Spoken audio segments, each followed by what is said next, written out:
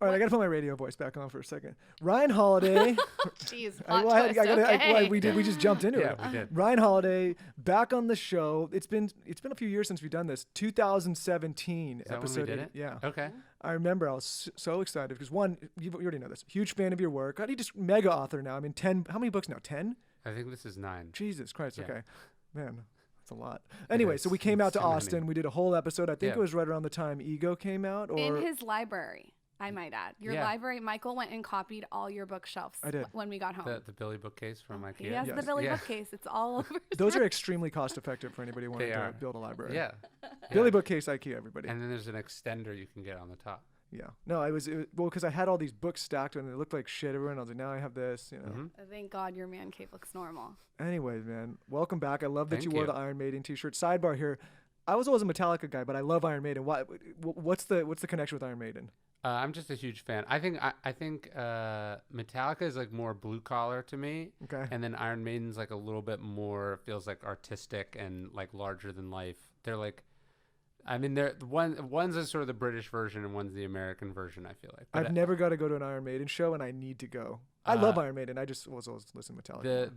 they're on tour right now, and although Metallica was, and they just canceled it, but It's back in rehab, I think. yeah, the show's insane. I mean, they're like 65 or 70. Still crushing it. They're still crushing it. It was nuts. I gave it. A perennial seller. Of course, they're so they like. I think what's interesting is like, so Metallica is a huge band. So like everyone knows Metallica is a big band because they've had like enormous songs. You wouldn't think Iron Maiden sold 100 million records. Wow. No, I mean they're massive. Yeah. No, I know that. That's wild. I don't know what it is. I think it's because I was introduced to Metallica. Yeah. It was like my first metal music when I was like maybe like 5th or 6th grade, and so that's the one that stuck. And I didn't learn about Iron Maiden until like 3 or 4 years later. Yeah. But I think it's like the first one you have the of connection course. with. I was trying to illegally download a Metallica song off Audio Galaxy when I was in high school, and I accidentally downloaded an Iron Maiden song, and that's how it started. What was the song? Which one? I don't remember. I think it was "Hallowed Be Thy Name." Oh, that's it's a great song. Long yeah. song. Yes. All right, very we could go. Okay. We could get Okay. stuck on a metal tangent Yeah. here for a long time. All right, Ryan, welcome back to the show. Thanks for having me.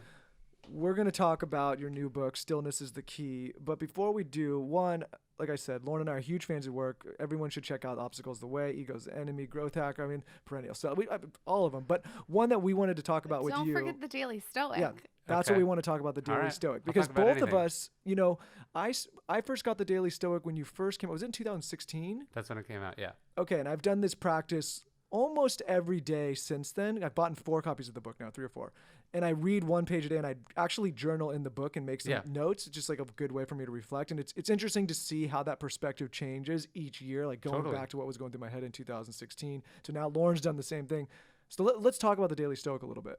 So I do. I don't obviously journal in my own book. That would be weird. But I have a journal version. Like, and I do this morning. I sat down and it has a question, and I think it's a very much sort of part of my like morning ritual. Is like, let me stop and think sort of big picture, big idea, meditate on some idea that challenges me or makes me better. And I think that's not when we think of philosophy, we think of sort of abstract or theoretical, or we think of something you do in a classroom. The idea that it's this sort of daily practice, almost like prayer or like Bible study, is not how we think about it, but that's really how it's supposed to be done. So I'm very bullish on the page a day format.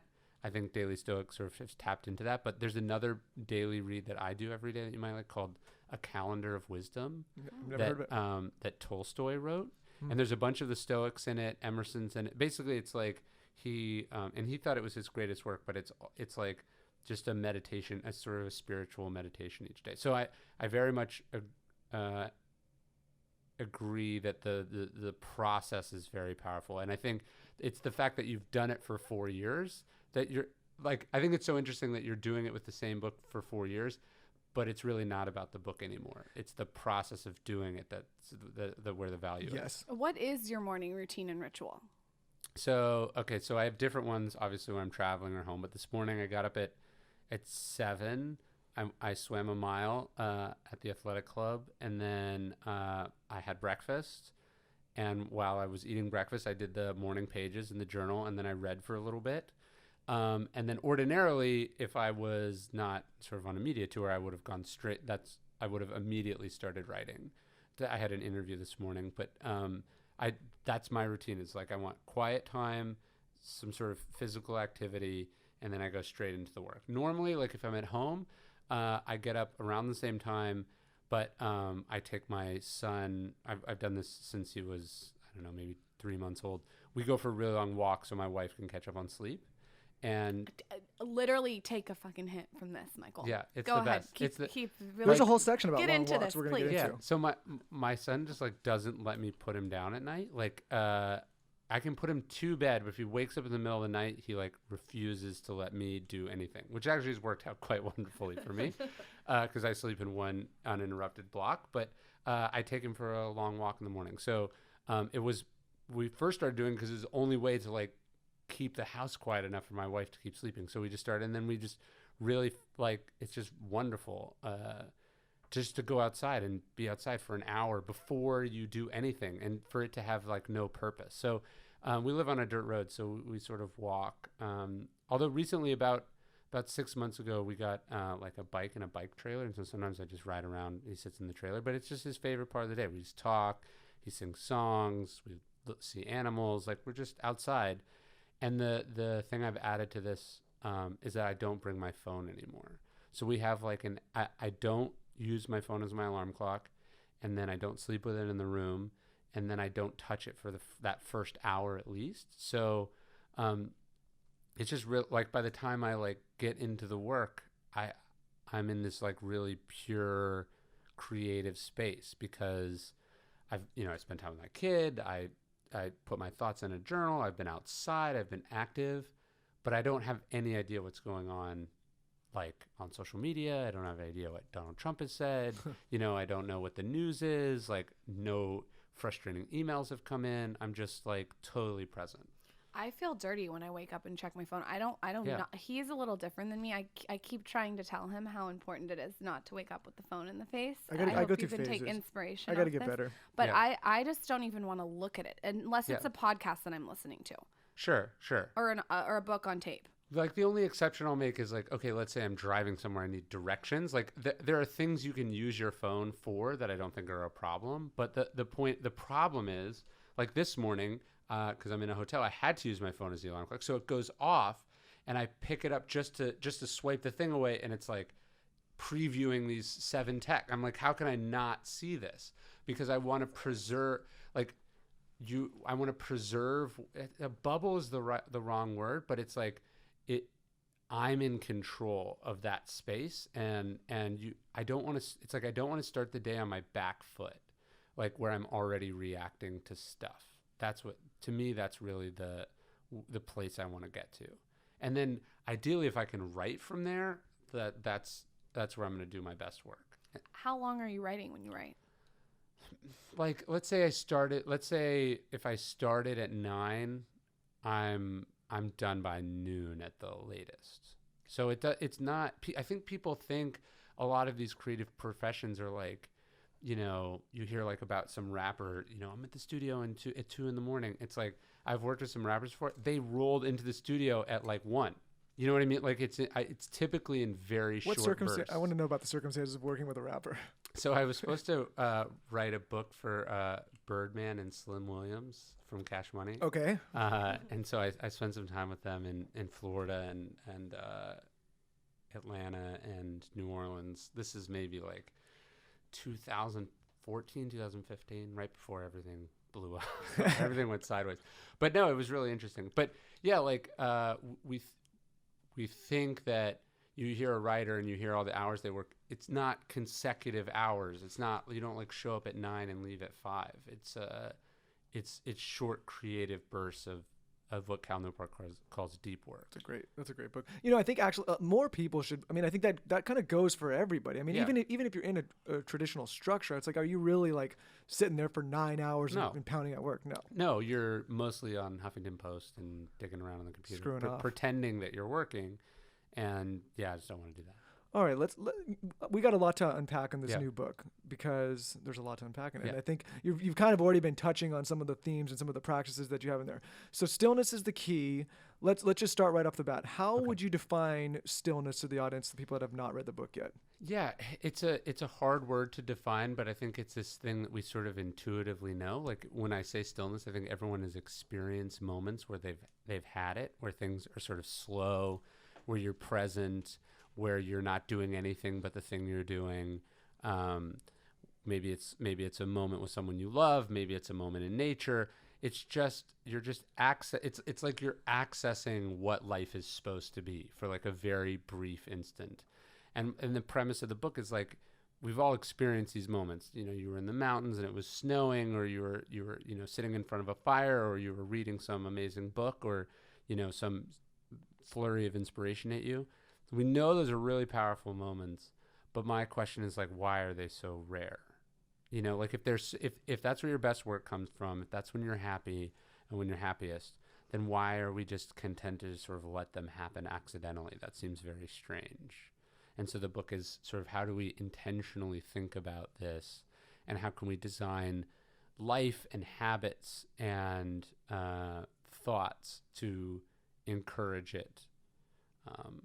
So we're not just sort of reacting all the time.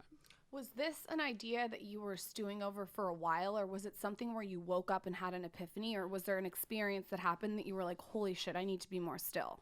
That's a good question. I mean, I think all of us feel like we need more stillness. Like we're just like, life is way too busy. I think having kids, you go, oh, like this, like being a parent, you realize is like, you're not doing anything. Like being a parent is like, I'm going to sit here and you're going to play for an hour. And like, I'm not supposed to be anywhere else. I'm not supposed to do anything else. Just this is it. And I think that was eye-opening to me, that I was sort of thinking that life or success was like out here, and it's actually like right here. I think that opened my eyes a little bit, but it's something I've been thinking about for a long time. And then it happens to be that stillness is one, most of my books are influenced by Stoicism, and I'd, like you guys are talking about, you've read the Daily Stoic all these times. I'd read so much of the Stoics that I just totally missed that stillness was even something they really talked about, because that wasn't what I was trying to get out of them. What I was trying to get out of them was like, how do you overcome obstacles? How do you deal with like the things you're out doing in the world? I just totally missed that actually the underlying message was, how do you get to a place where you don't need really anything? Like where you're not jerked around by the things that are happening. You're not sort of driven by like urges or needs. You're not, distracted by noises. You're just engaged fully in whatever you're doing. What I liked about this theory, what I like about your work most of the time is that it's all very practical and it's applicable to your life. It's it's a logical approach. Like you can read any of your books, like, okay, like that makes sense from a practical standpoint. I think that's very that's sure. That's what I'm trying to do. Yeah. But what one thing about this with stillness is that you pointed out that most of the world religions and philosophies all agree that stillness is the key. Yeah, they each have their own word for it, and they're like, if you think about like Buddha or Jesus or Marcus Aurelius or Confucius, you think about sort of any of like unfortunately they're all guys, but if you think about like the guy for like each of, it's like pretty much the same guy. You know what I mean? Like it's not like, oh yeah, Jesus was all this energy and he was running around, and then Buddha was like more like this, and then, Seneca was more like this. It's like, no, like our idea of like what a sage is, or a monk, or a wise person, it's pretty much all the exact same thing. They're just, it's like they have full possession of themselves. They have an intensity, but it's a slow, deep intensity. And I think that's something that we've sort of lost track of. And I really admire it. And so the book is sort of like, how do you kind of get there? What are pockets of your day that you practice stillness besides taking a walk with your son? Yeah, the walk is a big one. The journaling is a big one. I think the creative work that I like, like when I write, like a lot of times I write like in the dark, like I'll listen to the same song over and over again. What's the song? No, not the same song. Like I'll pick a song. You'll pick a song and keep then I listening. listen Okay. to that song. It's about sort of getting into a place where like everything is sort of just like the beginning and the end of the song have melded together. Like it's just in a loop, you know?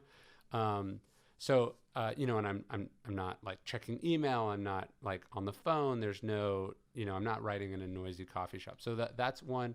And then in the afternoons, like I usually do some form of exercise. So like this morning, obviously I swam, but I'll run or swim. So some sort of exercise is weird, paradoxically, like movement I think is a great way to get stillness. Like one of the reasons I don't, I've done CrossFit before and I like it.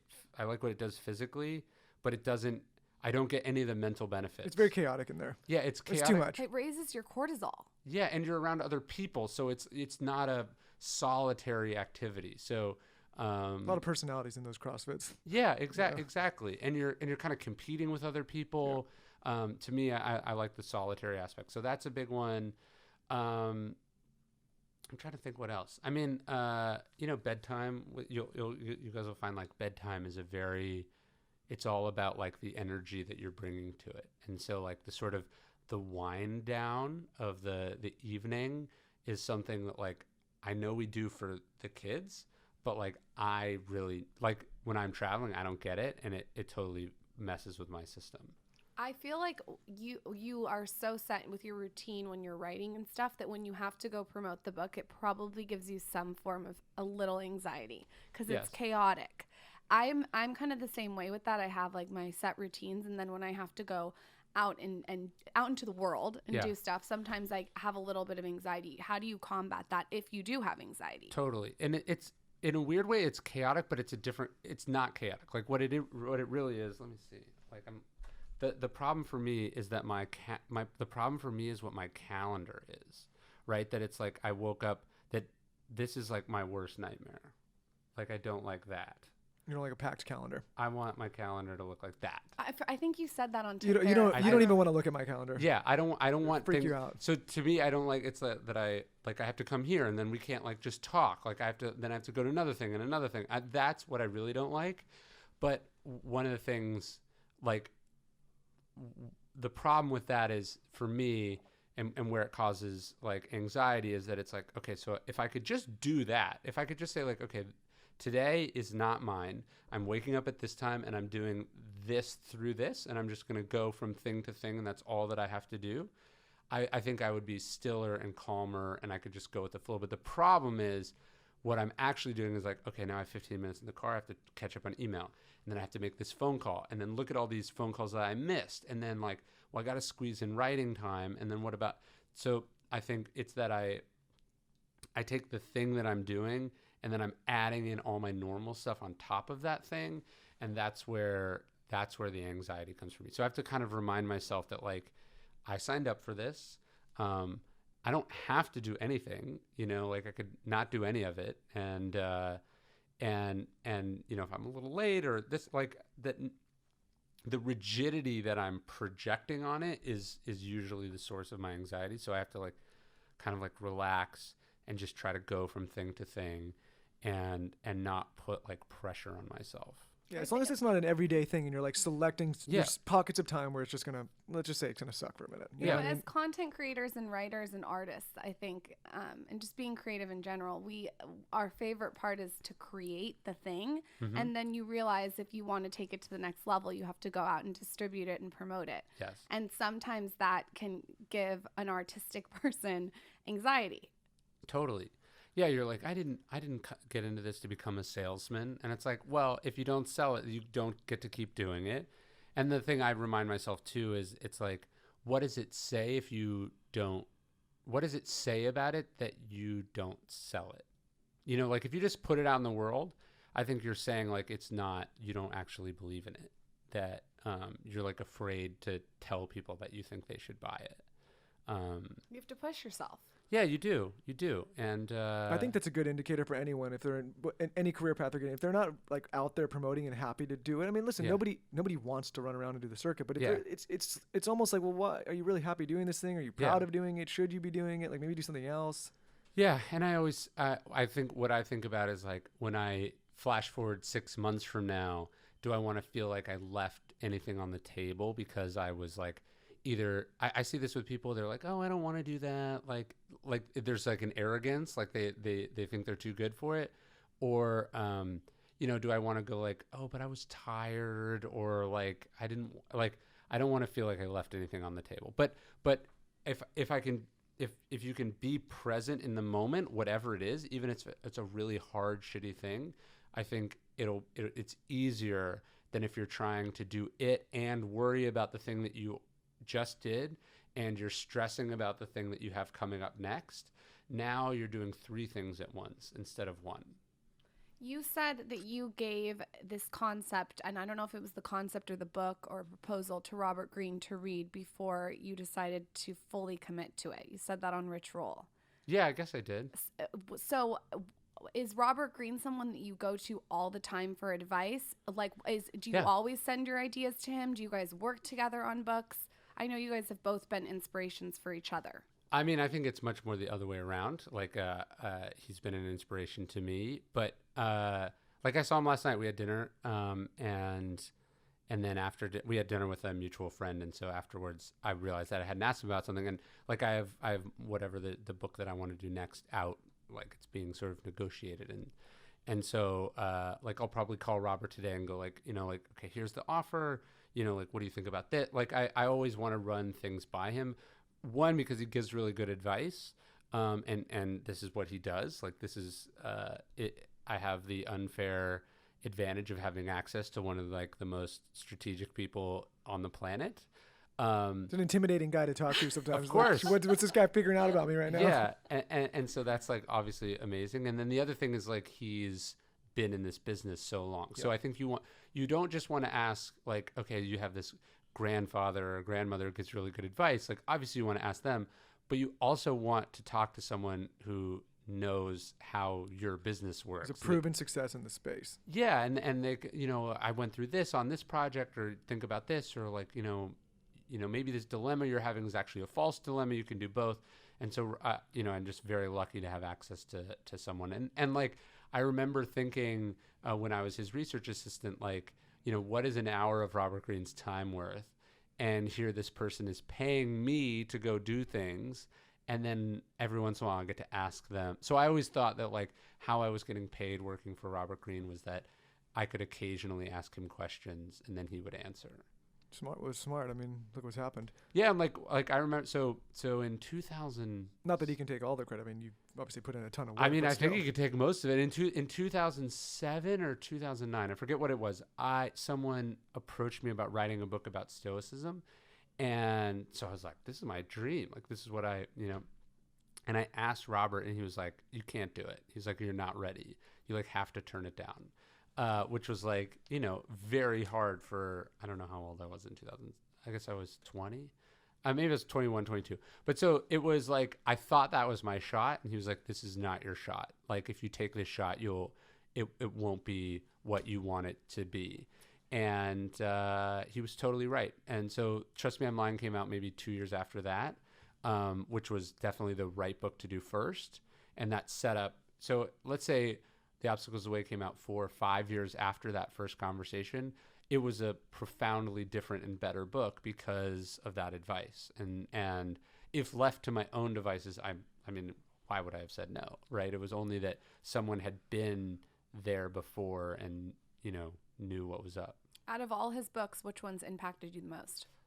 That's a good question. I feel one of the only downsides about working for Robert is that I don't get to experience the books the way that I used to. So it's like, I read Mastery as a galley, and then I read Laws of Human Nature as a galley, and sort of in different forms. And so those books are amazing. And I love them. They haven't quite hit me the same way that it hit me when I, bought his off the shelf at a bookstore and I didn't know who he was. So 48 Laws of Power is probably one of the biggest. And then 33 Strategies of War was probably the other. I mean, they're all like extremely incredible books. I mean, totally. There's certain authors like you get to a certain point, like, God damn, that's a good writer. I mean, and he's up there. Yeah, no, I think in music you experience it more. Like I was listening to the new Bruce Springsteen album, and you're just like, how is this possible? Like, how did you do it again? Because most bands like are still making music, but they're not. It's not actually good. It's just like, oh, that's even Iron Maiden, which I love. Like, I'm not really super into the new stuff. But like the new Bruce Springsteen album is like, if you told me it came out like 30 years ago, you'd be like, yeah, I have to check it out. Yeah. But when you experience someone who can do that, you're just like, it's unreal. Okay, so let's get back to stillness. Okay. Why is it so difficult for us to achieve stillness? Like what is the main? If you could dumb it down, like why do we have such a difficult time? Well, I think the easy answer is like devices and media and all the things that are going on in the world, and that does explain a good chunk of why we are the way that we are. But I opened the book. There's a quote from Blaise Pascal. He said, all of man's problems stem from his inability to sit quietly in a room alone. I love that quote. Well, that quote's 500 years old, which is just insane if you think about it, right? That for at least 500 years we've had this problem, but really it's more like for all of time we've had this problem. I think it's that when you're busy doing, you don't have to think about anything uncomfortable. You don't have to deal with your mortality. You don't have to deal with your fears. You don't have to deal with your worries. You don't have to deal with whatever shit you have from your childhood. You don't have to feel anything because you're just doing. But the problem is you're just deferring that. It's like you're putting it on a credit card, and eventually it's going to come back, and you're paying a super high interest rate on it. So I think one of the reasons we're not still is we're just really afraid of what we're going to find out. We're going to find out, oh, I fucking hate my job, or oh, this relationship is actually terrible for me, or like, why do I live in New York City? I hate this place. This is awful. I think we're afraid of some of what we're going to find out that's like sort of lurking just below the surface. That's probably one. It's almost like people facing their finances, logging into their checking account and saying what's actually going on. So they don't. Yeah, exactly. I think the other part is that it's also work. You know what I mean? Like, it's easier to sort of take things on the surface level. The idea of like deciding to probe or deciding to not be, to actually think about what the person on the other side of the exchange is actually thinking, right? To be like, oh, they don't, you want to go like, this person's an asshole. How could they do this to me? You don't want to go like, well, did they do it on purpose, or what were their motivations? Like it's more work to sort of stop and probe these things. So that's another reason we don't do them. With the cell phone too, I feel like when we look to our cell phone, sometimes it's almost like a pain pill. Yes. I feel like a lot of people are doing that now.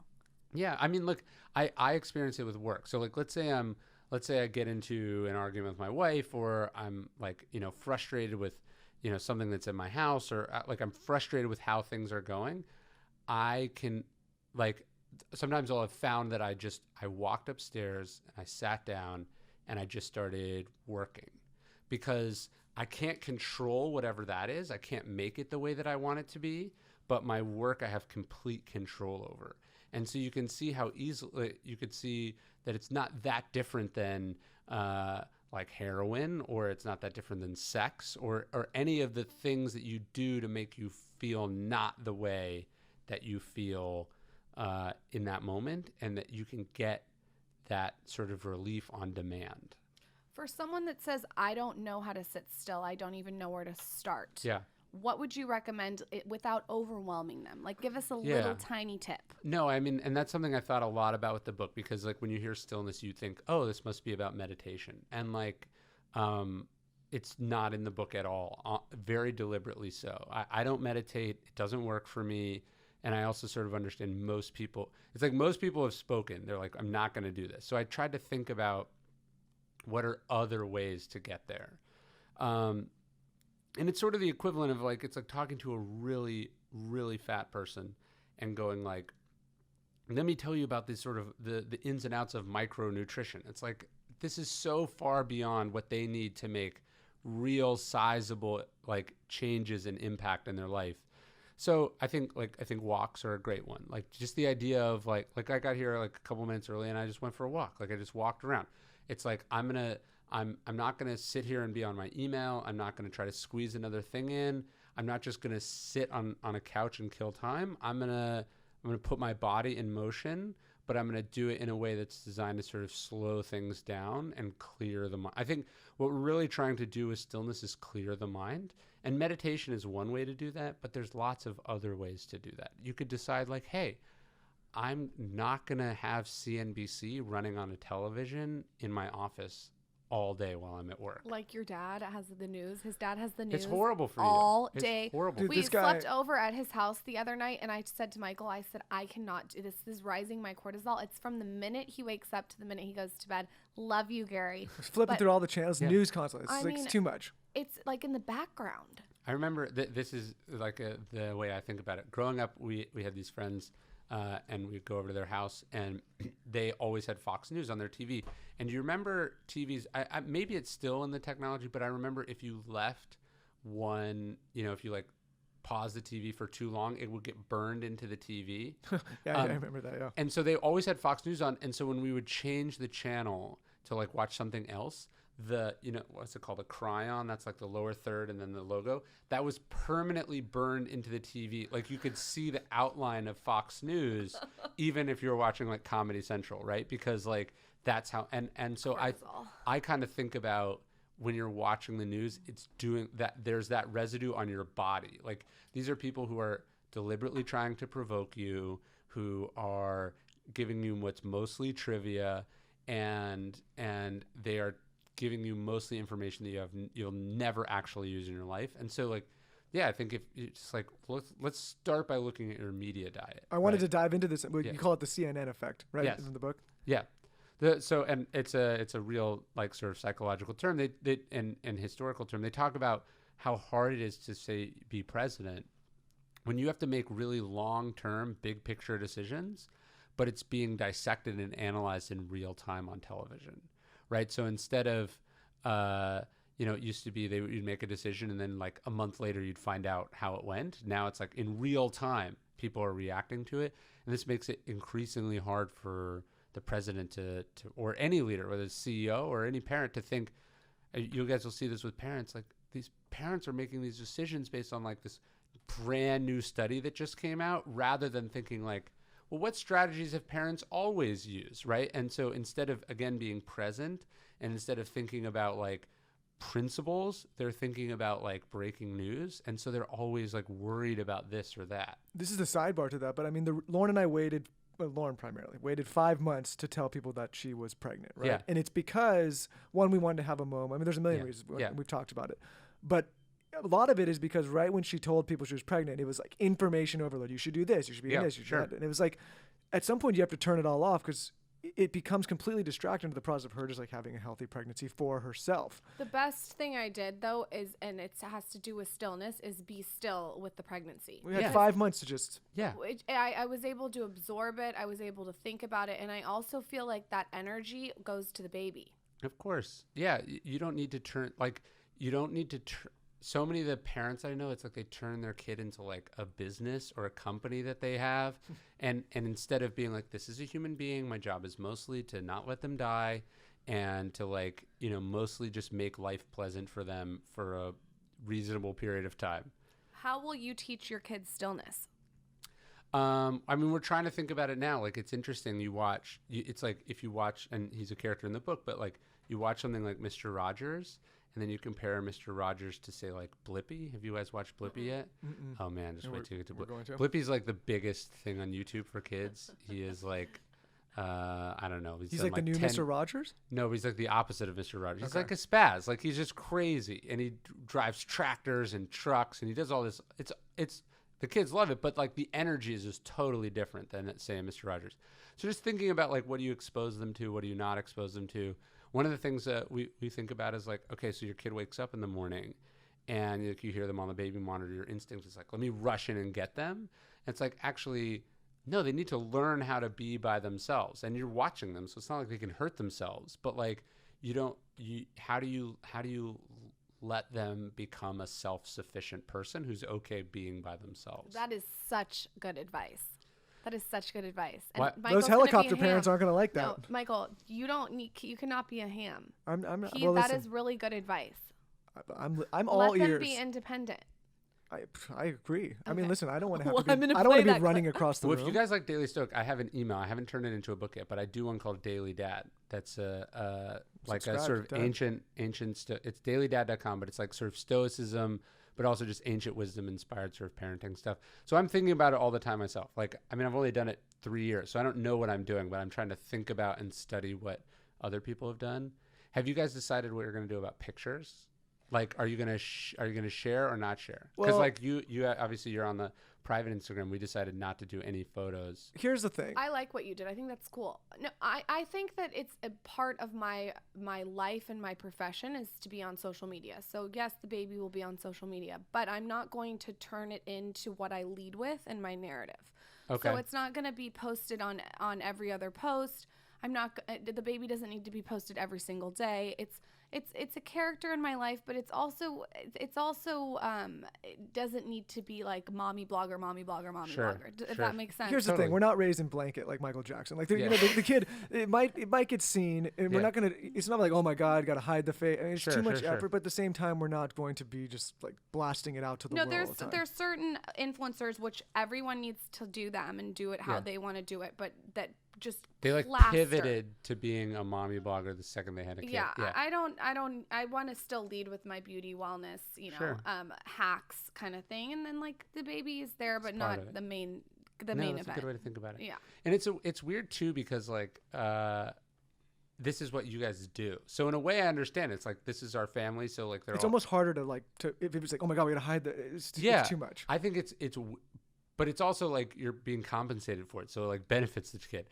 But it's weirder. I find it to be a little more disconcerting when I see parents who are just doing it for like the raw naked validation from the other parents. Do you know what I mean? Like it feels icky. I've even seen like this sounds crappy because my parents are great, but like I can tell that when they come visit, one of the things they're thinking about is the photo that they're going to get out of it. Do you know what I mean? That's what people do, and it's really kind of sad. And here come the messages, Ryan. Get ready, buckle in. Yeah, so they're not listening. But do you know what I mean? That like people are not actually, and to me this is the opposite of stillness. They're not interested in the experience. They're interested in letting other people know that they had the experience, and that's like really hard. That's like really sad because like you only get so many experiences. Do you know what I mean? It's so hard to balance as a blogger. That's something I have to actively practice. Well, what I think people also should understand, and like I've been very vocal about this, like there's a time where there's content being put out. And then there's a much greater time when there's not content being put out. You know, we're at dinner together, we're on vacation, like being private. Like I think people should understand that it's like, yes, there's certain things to show and certain things are just like, listen, me and my wife just having a private, alone moment. Yeah. Like normal people. This is going to sound wild, but I think someone who's done such a good job of this, and this is going to sound wild, so bear with me, is Kylie Jenner. Okay. Because I think that she didn't tell anyone she was pregnant for 9 months because she just wanted to be pregnant. Yeah. And kept that a secret. And then if you go look at her Instagram, it's not baby. She's still doing her 21-year-old, lip kit thing. Yeah. And the baby's here and there, but it's not slapped everywhere. Right. Sure. I know Kylie Jenner's, that's like what you wouldn't expect. Yeah, sure. But I think she could put her baby in every single picture. Well, it goes to my point get of likes and comments and blah, blah, blah. And she doesn't. It goes to my point of them like choosing when they're actually putting content. I mean, people have to, I mean, even if you see someone's story and it takes up 3 minutes of the day, it's like there's 24 hours in the day. Like, they're choosing to show you 3 minutes of this day. That's a curated version of that. No. And like you're saying, it is a dilemma when it's what you're doing, but you're also being paid for it. So like, you're compensated for. I think it's hard when you're watching like regular people going like the only person getting paid here is Facebook or Twitter, and like I can just I can tell it's like, oh, you weren't feeling good today. That's why you posted this photo, either of you, which it's like if you want to do it to yourself, again, you're a consenting adult. I just get grossed out thinking like, oh, you're using your baby as a prop. Not even to make money, which is good for you're using the baby as a prop to validate yourself. And that if you start that can't be, you're obviously doing it also in other worse ways, like it at also home. can probably be addictive too. Yes. Like the pregnancy, I told Michael this. I said, you know, people love pregnancy. I can see why people, Right. you know, want to post like every second of it. Yeah. Well, what I think, you know, like one thing that, and this is probably always, I mean, it's always been people chasing. But there's an example you use in your book with Kurt Vonnegut and I forget the Joseph Heller, yeah. right? And they're in a billionaire's house, and you could say this better, but maybe you could tell the story. They're in his house, and they're basically talking like, wow, look at all this great stuff, and one of them says. Yeah, one of them says, how does it feel? Joseph Heller wrote Catch-22, which was one of the great novels of the 20th century, and he said, Kurt Vonnegut said, how does it feel to know that this guy made more money this week than your novel will make in its whole lifetime? And Heller said, well, I have something he doesn't have. Vonnegut said, what could that possibly be? And he said, a sense of enough. And, you know, I've met billionaires and millionaires and people who have sold, you know, millions of albums or have millions of social media followers or won Super Bowl rings. Like, there's a profound difference when you meet someone who's good, like they're just like, I'm good. And then the person who needs, like, who even despite everything they've done, like there's just never enough for them. Well, I think this is such an important theme to talk about, especially on this show with people that are, you know, you're following that person on social, you're seeing this person sell a company, or seeing whatever it is, and you're getting anxiety. You're like, I'm chasing this thing. You're comparing yourself to them, and you don't realize that actually it really sucks to be them. And you haven't sat back and said, like, is that something you'd actually really want? Is that a life you'd actually really want to live, even if it was an option? Yeah, that's totally right. And going like, and actually stepping back and realizing that it's really sad. Right? Like that the success is not sad. The success is actually totally like an unrelated part of this. Like there's a difference between needing to win a Super Bowl to make your dad proud of you and winning a Super Bowl because you like playing football and you've really dedicated yourself to like being the best you can be this year. Those are fundamentally different places to come from, and each one can create the same result. And so, yeah, the person who is doing because they're trying to, like, if you've read The Great Gatsby, he's trying to go back in time, and it's never going to happen. And it's like nobody can communicate to him that he goes, you can't go back in time. And he says, of course you can. And so he was trying to chase this actually horrible woman who you know, was using him. But like, that's what people are doing. They think like, if I just win another championship, if I I have $1 million, but if I had $10 million, if I had $100 million, I could have my own plane, and then I would be like, you know what I mean? Like Vaughn and I talk about it all the time. We were talking about it this weekend on a flight. The if then. Yeah. Like we have people in our lives, and listen, we've been guilty of it too. I've definitely been guilty of it. Yeah. Saying like, if then, if when, then I will be. Yeah, they call it conditional happiness. Like if these conditions are met, then I'm going to be happy. It's like, no, if you can't be happy now, you can never be happy. Right. And okay, obviously it's harder to be happy if you're starving or, you know, if you're being abused. So we're talking about first world enough, you know, like this is after you have a car and a place to live. Basic living is covered. Yes.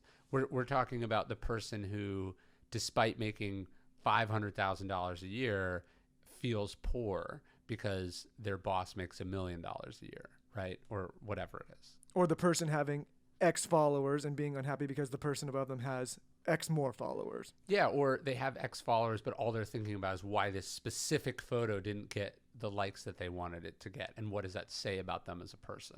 We've seen scenarios like we have friends that they start these businesses and the businesses are doing fine, they're doing great, but they're so unhappy in the process, so unhappy building. They're like, well, it's not here yet, and when it gets here, then I'll be able to do this, and I'll be happy. I'm like, if you don't enjoy the process now, when you get there, you're going to feel the same exact way. It's just going to be a higher stakes and probably actually more obligations. When I try to talk to people about like, where are you actually trying to get? Not like a number, but like, what do you want your life to be, right? Like, what do you like doing? How do you want your life to be? So for me, what I realize is like, as much as financial success is important, like what's actually critical to my happiness is autonomy. So like when I'm not in control of like generally how my life is, when I'm doing things I don't want to do, that's when I'm unhappy, even if I'm being paid a lot of money for that. and obviously there's a balance, but what I realize is it's like, oh, so if you told me, hey, Ryan, if you started this company, it would take 7 years, and then at the end of the company, you'd have $100 million. That would be very tempting, but what I would try to remind myself is that I'd have to spend 7 years doing shit that I don't want to do. Like I was talking to a friend of mine who was an author, and he started a venture capital fund, and they raised a lot of money. And I was walking them through. I was like, okay, so if this works, like, so you're not gonna be able to write for a long time. If this works, let's say you walk away with $20 million at the end of this, which would be extreme success, right? What would you do? And he basically like described some version of like being an author again. And I was like, what? You know, like, it's like, what would you do if money wasn't an issue? And oftentimes it's much closer to what you're currently doing than you want to admit. But we go, oh, but like, I need that ceaseless desire to help me get over that hump. And the problem is you get over the hump and then you're the same fucking person and didn't do what you thought it was going to do. What would you say to someone that's listening that's constantly playing the comparison game on social media? Like, where would you tell them to start, maybe tactics or habits that they could add to their routine that would help? I mean, I have a couple. So one is I just tell myself everyone's a liar. Like, I just say everyone's lying, so that, like, you know, it's like, oh, you see someone on a private jet, I just go, they rented this just for the photos, or, you know, or that this is 5 years old, this photo. Or they Google imaged it, like, yeah, Bow Wow. Exactly. Or so, like, when I hear someone... Poor Bow Wow. When I hear someone go, like, oh, they got a book deal for X, I go, yeah, but, you know, let's say... Because, you know, you can lie with these things, so it's like maybe 50% of it's guaranteed, but the rest of it's earnouts, and they're never going to do that. So it's actually like same thing with companies when they sell. Yeah. Right. Yeah. Someone, oh, did you hear they sold their company for $20 million? It's like, actually they sold it for like $100,000 and $19,900,000 in worthless stock that they never, but, you know, so I just go like, I just assume everything's exaggerated and lying, not to be cynical, but just so just to like cancel it out. So it doesn't, because the truth is it doesn't affect me. I'm just telling myself that it matters. So that's one strategy that I use. The other thing is, like, on social media, what I always remind myself is I go like, look at your feed, and then you know how unrepresentative this is of your actual life. But the problem is then you compare your actual life to other people's fake life, and then you feel insecure. If you were comparing their actual life to your actual life, you'd probably feel much better. That is such good advice. Yeah. That is such good advice. You know, there's one thing that, and I had to go through my own struggle with this a while back, because I had to have a whole life crisis and figure out, you know, I was motivated by the wrong things. We talked about this a while ago.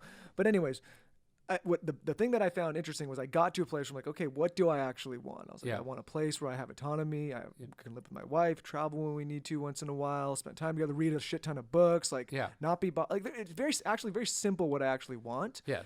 But what I had to balance that against was, okay, if I do have enough, how do I also stay motivated to go and build and accomplish things? And I think that that's an interesting balance once you get to the place like, okay, I'm actually happy and I have enough, but I still, like, just as a human being, want to be pushed and struggle and accomplish different things. Like, how would you coach someone to say, I mean, not coach, but what you know what I'm saying here? Like, how do you still find motivation when you realize, okay, maybe I do have enough, but I still want to get shit done? Yeah. I mean, I like when I wanted to be a writer. And so I thought that meant you have a book, right?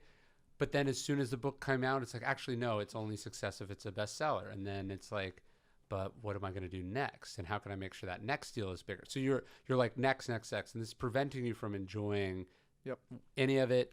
And so, like, clearly that has helped me do a lot, but it's also prevented me from enjoying a lot of it. And so what I try to remind myself is, okay, the motivation, that's what motivated the deals, like that put the deals, but the actual work, like the thing that actually made any of those books worth reading or valuable, was the opposite of that attitude. That was me quietly sitting down, doing the work, loving the process, being present, right? And so I have to remind myself that the motivation is like a tiny fraction of what matters.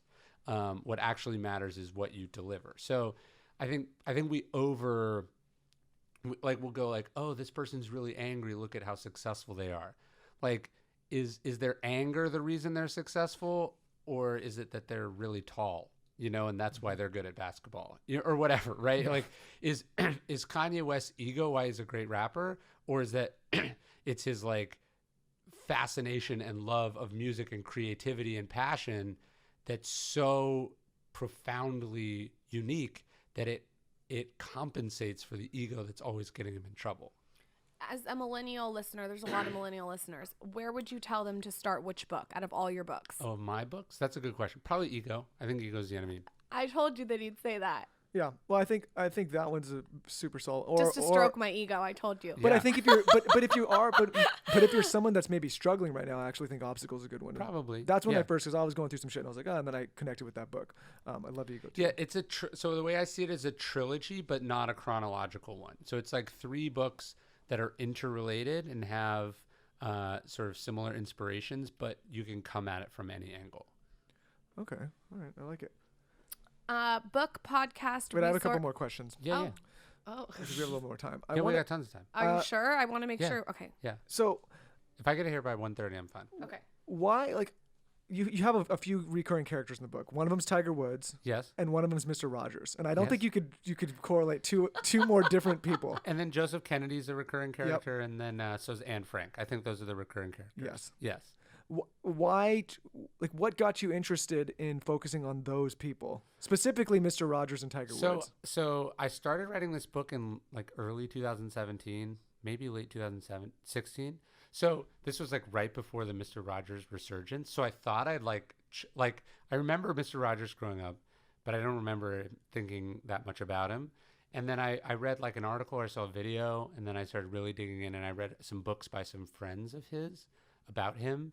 And I was like, holy shit, this guy's like a saint. Like, is this a real person? And then I found out, then it was announced like Tom Hanks was playing him in a movie, and then there was a documentary, and then there's a book. So it feels a little bit less of like a discovery. But this is, again, a reason why you can't be that concerned with results. Like, I thought I was going to be first, but I wasn't. But the real value was that I just learned a lot about this person, and I got something out of it, right? So he was just a fascinating person. And again, like, I love the energy, and I love like where he seemed to be coming from. And one of the things I learned from Robert Greene that I think I've done better in Ego and Obstacle and less good in Ego and Stillness, less good in Obstacle, is really the key of having pro and con examples. It's easy just to find things that confirm what you're saying. It's harder to find people who sort of prove the opposite of what you're saying. And it's a powerful way for readers to learn. So Tiger Woods is in there mostly as an example of like how not to be. And I find those to be the most challenging to research and write about. All right. Last thing I want to jump into, because I got in some hot water about this the other day, and I figured like you're a better person to. Okay. You're going to say this more eloquently than He wrote an article on it. Yeah, I know. That's why I want to talk about it. So I was talking the other day on the podcast and saying basically I don't want people to just cold outreach and say, let's go to coffee, pick my brain. Yes, please. Fuck that. Yes, because and the main reason the main thing I was trying to point out is that the people asking need to refine the way they're approaching people, because it's just straight up a bad strategy to cold outreach. Say, can I get coffee and pick your brain? And then I went into this whole thing about like the value of an actual cup of coffee and the value of someone's experience. Yeah. But this goes into a topic that you wrote about in your book about saying no. Yes. Okay, let's talk about it a little bit, because I think that there's a more eloquent way that I can really dissect it though, because I feel like and what it costs you to say yes, and I think that was like the core of your article that you wrote. We've had a lot of messages about this, so okay. And so people thought what you're being like arrogant. Some people were like, love this message. Some people like, you're arrogant. Some people saying, okay, well, like, do you not like, if you're further along the path, don't you want to take time? And my point was, listen, I take time all the time with people. I do this show every week. I sit down with people. Sure. The main thing was like, if your strategy is to cold outreach to someone, say, can I pick your brain over coffee? One, you're going to get a lot of no's. And two, it's just not an even transaction. Like, a better way is like, what kind of value can you provide? What's a unique angle? And then like, are you being lazy? Yeah. No, right? People like, you just even think about what that expression pick your brain is. It's like, can I steal something from you? Yes. And you're stealing the one thing that people can't get back, which is time. Yes. So I say no to almost everything. I've had to even realize that even saying no is an imposition. And so a lot of stuff I just ignore. I mean, this is a wonderful, privileged place to be, not a place I would have ever anticipated being, but it's true. Like if I even sent a polite no to everyone that wanted to get coffee or wanted me to be on their podcast or wanted me to blurb their book or whatever, I never have any time to do what you need to do. Not even what I need to do, but like what I want to do. Like, there's this great essay. I forget who wrote it, but the title is like, "No one wants to read your shit," and it's like about screenwriters who email other screenwriters. And they're like, "Here's all the things I have to read for me. Here's all the things I have to read for my friends, and then here's all the things that random people on the internet want me to read." Like, it doesn't work. You have to. I think people. I see this. The other version of this I see, and it's how I got started, but they're missing how it actually works. They're saying, can I work for you guys for free? And even as nice as that is, they're not even thinking that there's a cost to they're thinking I'm offering to work for them for free. They're not thinking, first off, you got to integrate them in the organization. You got to train them. No, they're not even thinking like, it's not like you guys have a bunch of things that you need done that you can't afford to pay someone to do, right? That's like, especially now with all the stuff we have, Postmates, Uber, there's a million things, a million services, right? TaskRabbit. But your business is successful. You don't, if there was an ROI on a task, you would just pay someone to do it, and if not, you would just not do it. So if they think that it's fulfilling a need, which it's really not, and they're not thinking that even the like finding something for this totally unproven, unknown person to do, and then trusting them with access and with your time, is incredibly expensive.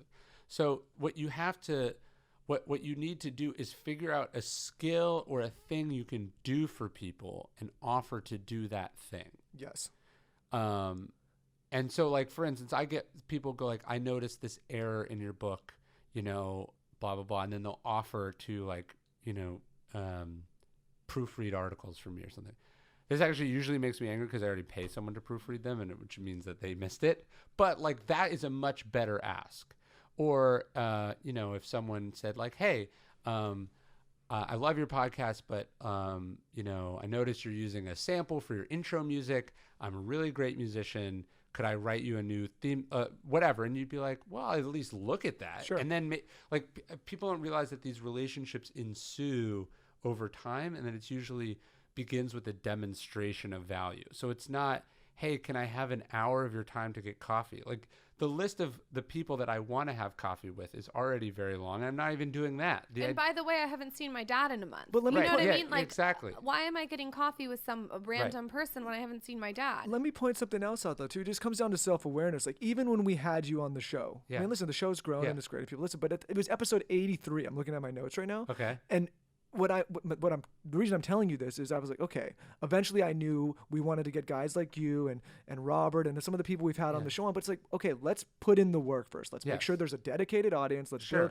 We got, 83 episodes before we sat down with you the first time. And the reason being is I want to make sure, okay, like we read these books, we had a platform for them, we put in the time, like even things like that. If you're doing a podcast, you're creating content and you want to reach out. I mean, listen, I'm going to go sit down with Warren Buffett. I got a lot of work until I can do that. But the point is like, it comes from all angles. Like there's certain people that I eventually and Lauren too would love to get on this show, but it's like put in the work, dedicate the time to be able to build it so that when you do make that ask, there's a real benefit to that person to say yes, as opposed to just like, hey, can you come? It's like, let's get rid of can I pick your brain too. I feel like we got to get more creative with that.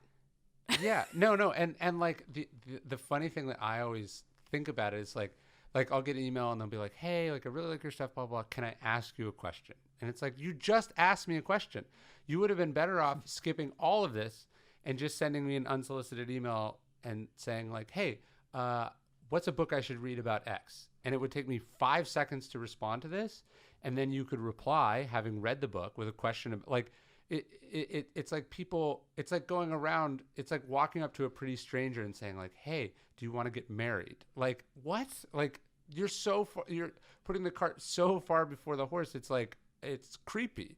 You should be saying like, hello, like just start with that. And so like all the research assistants that I've had, it's a relationship that's evolved over time. They asked me a question, they saw this, they noticed something, and People are getting lazy. You know, he was like, well, my coach says seek mentors. It's like, Yeah. yes, that is good advice to seek mentors, but the strategy you have behind actually finding those mentors and getting them to say, yes, I do want to mentor you, is something that people should really examine a little bit closer. Well, how you got a mentor with Robert Greene is a perfect example of how you added value.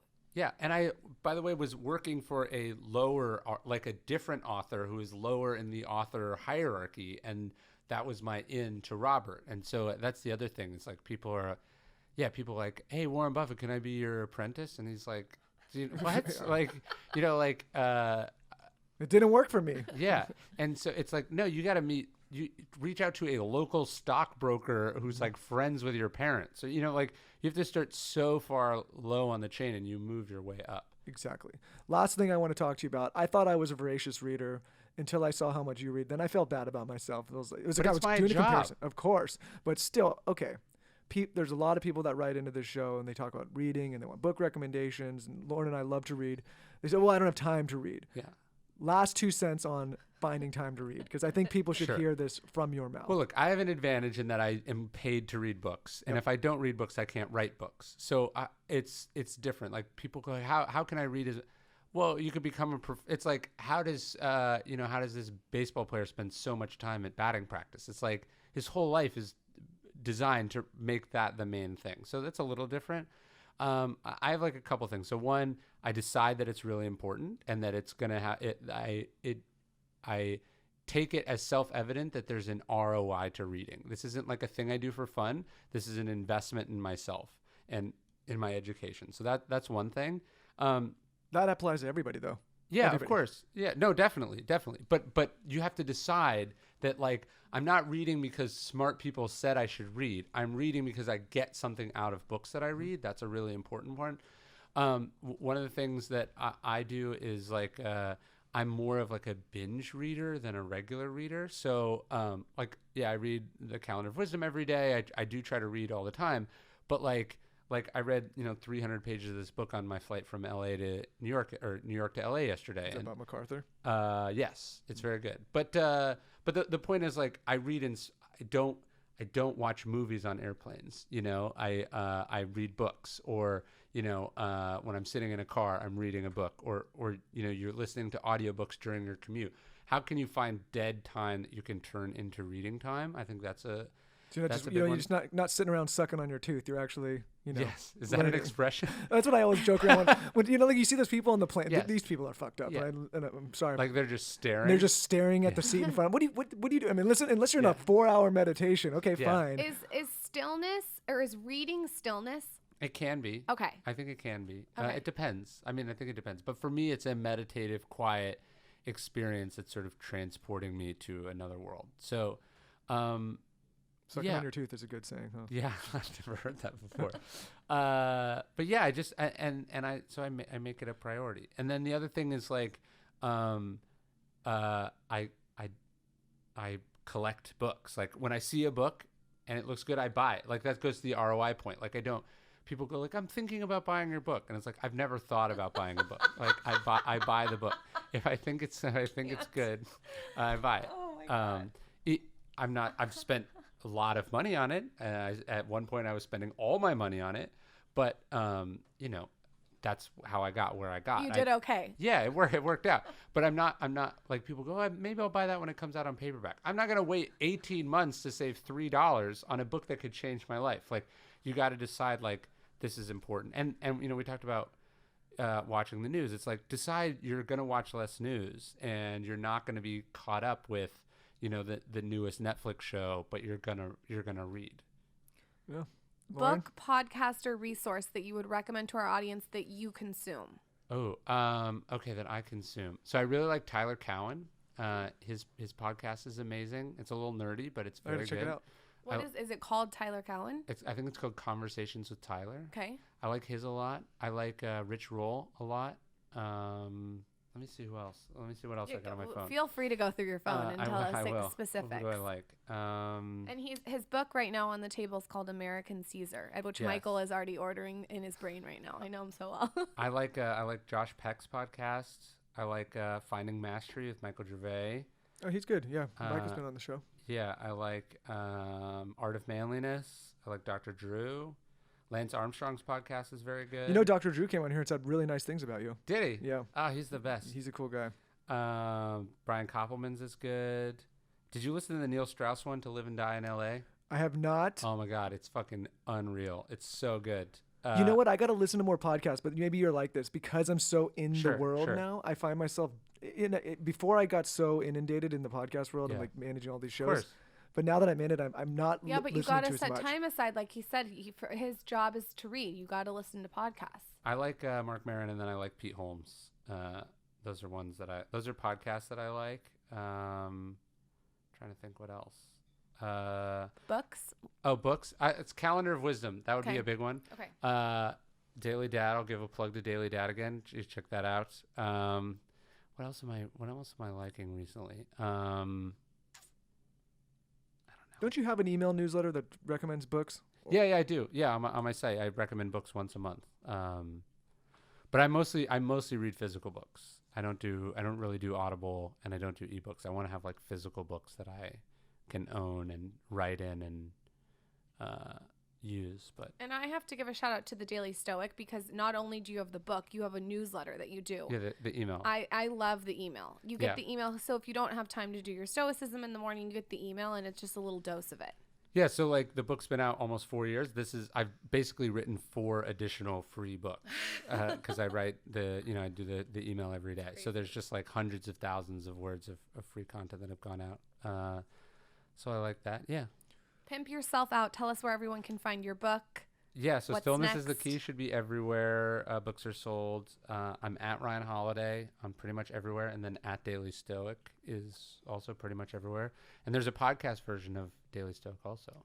I didn't know that. You gotta check it out. Yeah, that's what I was saying. I'll listen to that one. Yeah. Wait, hold on. That you host? No, I just read the email every day. So you can just listen to the email. It's like 2 minutes. Okay. Yeah. That's cool. Yeah. Oh, I didn't want to do an interview because this goes to what we were talking about earlier. I want to go like, what do I want to spend my time doing? What's like the main thing for me? And so like I've just talked to a lot of writers who are like, I don't have time to write anymore because I'm doing a podcast. So I didn't want that, but it takes me 5 minutes to read the emails. So I read them and then it's all batched and it just happens. But I think one of the things you have to realize as a content creator is not everyone consumes in your preferred medium. So like I love really hardcover books, but like 30% of the sales are on Audible. Like I love reading articles, but some people like podcasts. So you gotta pick. You gotta be willing to meet people where they are. And I imagine with it's like you built it mostly on Instagram, but hey, now TikTok is big, and now you got to do this, and that's just like you can't be precious about where you do your work. Totally. And I also think that's really genius that you're doing the podcast, because it also saves people time. They're on the go. They maybe just want to listen to a little dose every day. Yeah. I like it. Yeah. Thank you so much for coming on the show. At Ryan Holiday on Instagram, guys. Come back anytime. I'm sure your next book will be out soon. I hope not. He's already planning it. Yeah. Come back anytime. Thank you. Thanks, Ryan.